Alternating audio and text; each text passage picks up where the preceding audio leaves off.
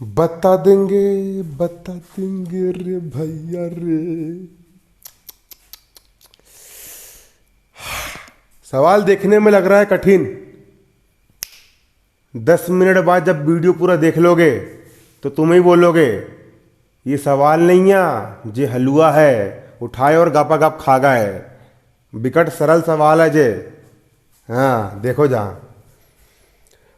तो बच्चों आज हम कक्षा 10वीं की गणित का अध्याय 3 दो चरों वाले रैखिक समीकरण युग्म का आज हम पढ़ रहे हैं। Example number 18, example number 18, example number 18 आज हम इसको पढ़ रहे हैं। आपको बारीकी समझना है। अगर आपको ये सवाल समझ में आ गया तो उसके जैसे जितने भी सवाल है पूरे के पूरे सवाल आप चुटकी बजाओगे और तुरंत हल कर डालोगे। तो देखिए यहां पर आपको सवाल दिया है 5/x ऋण 1 धन 1/y-2 बराबर 2। और अगला समीकरण लिखा है 6/x ऋण 1 ऋण 3/y-2 बराबर 1। यहां पर आपका ये समीकरण लिखा हुआ है समीकरण। अब ये जो समीकरण है, इस समीकरण में हम डायरेक्ट इसको हल नहीं कर सकते। क्यों नहीं कर सकते? क्योंकि यहां पर x और y वाली जो संख्या है वो आपके बटे में दी गई है ना। काय में दी गई है? बटे में दी गई है। जब कभी भी ऐसी कंडीशन आती है कि x वाली संख्या और y वाली संख्या बटे में दी गई है तो उसको अलग टाइप से हल किया जाता है ना। आपको सिर्फ इतना याद रखना है। पहचान कैसे करोगे? अगर x वाली संख्या और y वाली संख्या किसी बटे में दी गई है, हर के स्थान पर दी गई है, तो उसको अलग टाइप से हल करते हैं। इसके लिए यहाँ पर हम डालेंगे हल। इसे यहाँ पर हम क्या डालेंगे? हल डालेंगे। और हल डालकर यहाँ पर हम लिखेंगे दिया है समीकरण। दिया है क्या दिया है? यहाँ पर आपका समीकरण दिया है।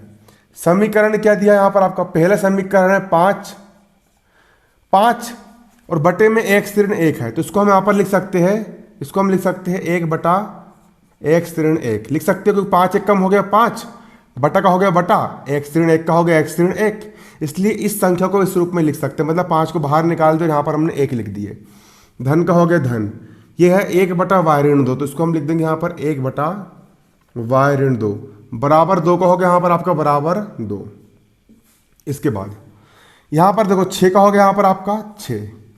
इसको भी हम ऐसे लिख सकते हैं 1/x ऋण 1 लिख सकते हैं। क्या लिख सकते हैं? 1/x ऋण 1 लिख सकते हैं। 6 कम हो जाएगा 6, बटा का हो गया बटा, x ऋण 1 का हो गया x ऋण 1, ऋण का हो गया ऋण।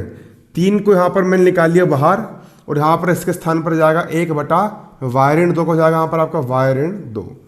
3 एक कम हो गया 3, y-2 का हो गया y-2 बराबर का बराबर, और 1 का हो गया यहाँ पर आपका 1 का हो गया यहाँ पर आपका कितना?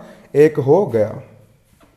इसके बाद इस पहले वाले समीकरण को हम समीकरण 1 नाम देंगे और दूसरे वाले समीकरण को हम समीकरण 2 नाम देंगे।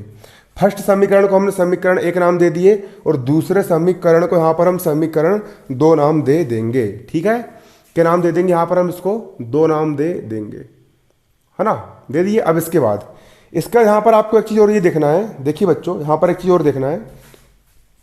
बटे वाले कंडीशन आती है तो ये हल नहीं हो पाएगा, ये हल नहीं हो पाएगा। तो इसके लिए हम क्या करेंगे?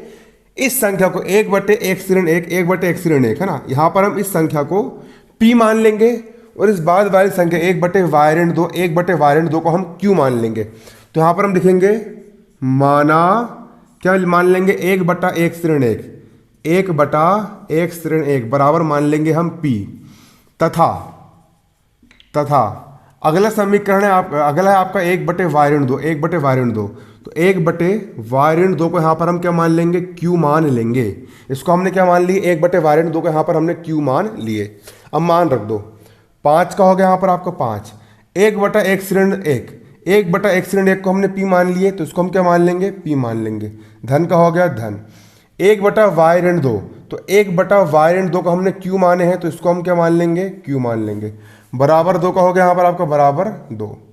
ठीक इसी प्रकार अब इसको हमने समीकरण 3 नाम दे दी। क्या नाम दे दी? समीकरण 3। 6 का हो गया यहाँ पर आपका 6, 1/x ऋण 1, 1/x ऋण 1 को हमने p माने हैं, तो इसको हमने क्या मान लिया? यहाँ पर p मान लिए। ऋण का हो गया ऋण, और 3 का हो गया यहाँ पर आपका 3, और 1/y-2, 1/y-2 को यहाँ पर हमने q मान लिए। तो 1/y-2 को हम क्या लिख देंगे? q लिख देंगे। बराबर 1 का हो गया यहाँ पर आपका बराबर 1। इसको हम समीकरण 4 मान लेंगे। क्या मान लेंगे? समीकरण 4 मान लेंगे। अब इसके बाद यहाँ पर आपका एक समीकरण हो गया 5p धन q बराबर 2। एक समीकरण यहाँ पर आपका क्या हो गया? एक समीकरण यहाँ पर आपका हो गया 5p धन q बराबर 2। समीकरण 3 हो गया यहाँ पर आपका 5p धन q बराबर 2, और अगला समीकरण हो गया 6p ऋण 3q बराबर 1। यहाँ पर दो समीकरण हो गए। अब इन समीकरणों को आपको जिस विधि से चाहे आप उस विधि से हल कर सकते हो। तो इसको मैं प्रतिस्थापन विधि से हल करके बताऊंगा ना। कौन सी विधि से? प्रतिस्थापन विधि से। तो समीकरण 3 से यहाँ पर हम क्या लिखेंगे? समीकरण 3 से यहाँ पर लिखेंगे हम क्या? समीकरण कौन से? समीकरण 3 से। और समीकरण 3 क्या है आपका? समीकरण 3 आपका है 5p धन q बराबर 2। समीकरण 3 आपका है 5p धन q बराबर 2। ये होगा, ये है आपका समीकरण 3, 5p धन q बराबर 2। इसको हमने उतार लिए 5p धन q बराबर 2। q का हो गया q, बराबर का बराबर, 2 का हो गया 2। बराबर किस तरफ? 5p धन का है, इसको उस तरफ ले जाएंगे तो 5p आपका ऋण का हो जाएगा। इसको हम समीकरण 5 नाम दे दिए। क्या नाम दे दिए? 4 के बाद हम समीकरण 5 नाम दे दिए। अब समीकरण 3 से हमने q का मान निकाल लिया। अब इस q के मान को हम समीकरण 4 में रख देंगे। कहाँ रख देंगे? q का मान समीकरण 4 में रखने पर यहाँ पर हम लिखेंगे q का मान। किसका मान? q का मान समीकरण, q का मान समीकरण 4 में रखने पर। q का मान कहाँ रखने पर? समीकरण 4 में रखने पर। समीकरण 4 क्या है आपका? समीकरण 4 आपका है 6p ऋण 3q बराबर 1। यह यहाँ पर आपका 6p ऋण 3q बराबर 1 है ना। समीकरण 4 आपका है 6p ऋण 3q बराबर 1। 6p ऋण 3q बराबर 1 है ना। अब 6 का हो गया यहाँ पर आपका 6, ठीक। p का हो गया यहाँ पर आपका p, माइनस का माइनस, 3 का हो गया 3। ये लिखा है q, और q का मान कितना है? q का मान है 2 ऋण 5p। तो q का मान कितना रख देंगे? q का मान रख देंगे यहाँ पर हम 2 ऋण 5p। ये q लिखा है, q का मान रख देंगे 2 ऋण 5p। q का मान रख देंगे 2 ऋण 5p। q का मान कितना रख दिया यहाँ पर हमने? 2 ऋण 5p रख दिए, बराबर का बराबर। और 1 का हो गया यहाँ पर आपका 1। 6p का हो गया यहाँ पर आपका 6p माइनस। अब ऋण 3 का गुणा इस पूरे कोष्टक से हो रहा है, तो ऋण का हो गया ऋण, इसका गुणा इससे भी होगा और इसका गुणा इससे भी होगा। ऋण का हो गया ऋण, 3 दूनी हो गया 6। अब ऋण 3 का गुणा हो रहा है ऋण 5p से। सबसे पहले चिन्ह गुणा होगा, ऋण गुणित ऋण, ऋण गुणित ऋण होता है आपका धन। फिर 3 गुणित 5, 3 और 5 हो गया यहाँ पर आपका 15। p का हो गया p, बराबर का बराबर, और 1 का हो गया यहाँ पर आपका 1। अब 15p भी धन का, 6p भी धन का, तो जोड़ देंगे। 15p और 6p कितने जाएंगे यहाँ पर आपके? 21p जाएंगे। 15 और 6 होते आपके 21p, 15p और 6p 21p, बराबर का बराबर। 1 का हो गया यहाँ पर आपका 1, बराबर किस तरफ? 6 ऋण का है, इसको उस तरफ भेजेंगे तो 6 आपका धन का हो जाएगा। 21p का हो गया यहाँ पर आपका 21p, बराबर का बराबर। 6 धन 1, 6 और 1 कितने होते हैं यहाँ पर आपके? 7 होते हैं। p का हो गया p, बराबर का बराबर। 7 का हो गया 7, बराबर किस तरफ? 21 जो है वो p के गुणे में है, पक्षांतर करेंगे तो 21 आपका बटे में जाएगा, काट दो। 7 एक कम 7 और 7 तिया 21। p बराबर आ गया 1/3। p का मान कितना आ गया यहाँ पर आपका? 1/3 मान निकल करके आ गया। किसका? p का मान आपका 1/3 निकल करके आ गया। p बराबर आ गया यहाँ पर आपका 1/3। p बराबर कितना आ गया? 1/3 आ गया। p बराबर आ गया यहाँ पर आपका 1/3 है ना। p बराबर कितना आ गया? 1/3 आ गया। अब हमको q का मान भी निकालना है। q का मान कैसे निकालोगे? बहुत आसान है। p के मान को समीकरण 5 में रख देंगे तो q का मान निकल जाएगा। p के मान को यहां रख दोगे समीकरण 3 में, तब भी q का मान निकल जाएगा। p के मान को समीकरण 4 में रखो तब भी q का मान निकल जाएगा। तो हम p के मान को समीकरण 5 में रख देंगे। p के मान को कहां रख देंगे? समीकरण 5 में रख देंगे। यहां पर हम लिखेंगे p का मान, किसका मान? p का मान, p का मान समीकरण 5 में रखने पर, p का मान कहां रखने पर? p का मान समीकरण 5 में रखने पर, p का मान समीकरण 5 में रखने पर। समीकरण 5 क्या है आपका? समीकरण 5 है q बराबर 2 ऋण 5p। इसको हम उतार देंगे, q बराबर 2 ऋण 5p है ना। q बराबर 2 ऋण कितना है? 5p। q बराबर 2 ऋण 5p है, q बराबर 2 ऋण 5p है ना। ये आपका समीकरण 5 है ना। चलिए q का हो गया यहाँ पर आपका q। बच्चों इसको अधिक से अधिक शेयर करो यार, तुम्हारे पूरे दोस्त लोग को बताओ यार, और लाइक करो यार। तुम लोग लाइक ही नहीं करते हो इसलिए मेरा दिमाग खराब होता है। तुम कमेंट नहीं करते हो, तुम लोग कमेंट करते हो, 2-3 कमेंट नहीं कर रहे हो, व्यूज नहीं आ रहे यार। अच्छा शेयर करो ना, बिल्कुल रगड़ के शेयर करो। मुझे इस साल पूरे भारत देश के पूरे 10वीं क्लास के 5 लाख बच्चों को पढ़ाना है। 5 लाख बच्चों को मुझे शिक्षित करना है। और जब तक तुम शेयर नहीं करोगे, लाइक नहीं करोगे, कमेंट नहीं करोगे, तो मेरा वीडियो ऊपर कैसे आएगा? तुम लोग तुम लोग बोलते हो सर आप कभी वीडियो बनाते हो, कभी वीडियो नहीं बनाते हो। अरे तो भाई अब आप लोग मेरे को यहां पर एक बात ये बताओ, मैं तो यहां पर आप लोग को मोटिवेट किए जा रहा हूं, लेकिन तुम लोग ना तो वीडियो को लाइक करते हो वीडियो देख लेते हो, मतलब निकल जाता है और निकल लेते हो। भाई जिन लोगों को पढ़ाते नहीं आता यूट्यूब पर, वो लोग 4-4 हज़ार 5-5 हज़ार रुपये का कोर्स बेच रहे हैं। और जहाँ पर हम आपको पढ़ा रहे हैं, आप लोग को पसंद भी आ रहा है, और तुम लोग से हम लाइक मांग रहे हैं, तुम लोग लाइक तक नहीं कर सकते हो। कम से कम लाइक किया करो, तुम मत पढ़ा करो हमसे। बात करते हो सालों। देखो Q का मान कितना है, Q बराबर कितना है, Q बराबर 2 ऋण 5 पी है।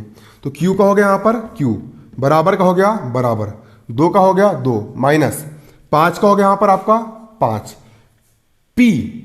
P का मान कितना है, P का मान है 1/3। तो P का मान कितना रख देंगे, P का मान रख देंगे बच्चों 1/3। Q का हो गया Q बराबर का बराबर 2 का हो गया 2 माइनस का माइनस 5 एक कम 5 बटा का बटा और 2 का हो गया 2 बटा में 3 का हो गया 3 है ना। 5 एक कम 5 और बटे में कितना है यहाँ पर आपका, बटे में आपका है 3। तो बटे में 3 का हो गया यहाँ पर आपका बटे में 3। इसके बटे में कुछ नहीं, यहाँ पर लघुत्तम हो जाएगा 1। Q का हो गया Q बराबर का बराबर 3 और 1 का लघुत्तम आ गया यहाँ पर आपका 3। अब 3 और 1 का लघुत्तम आ गया 3। अब 1 का पहाड़ा से बढ़ो, 3 से आगे ना बढ़े। तो 1 एक कम 1, 1 दूनी 2 और 1 3 3 बार गया। 3 का गुणा 2 से कर दो, तो 3 दूनी हो गया 6 माइनस का माइनस 3 का पहाड़ा से बढ़ोगी, 3 से आगे ना बढ़े। तो 3 एक कम 3, भाग कितने बार गया, 1 बार गया।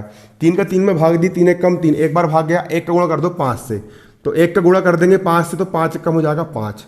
Q का हो गया Q बराबर 6 में से 5 गया बचा 1 और बटे में आ गया यहाँ पर आपका 3। बटे में कितना आ गया यहाँ पर आपका 3।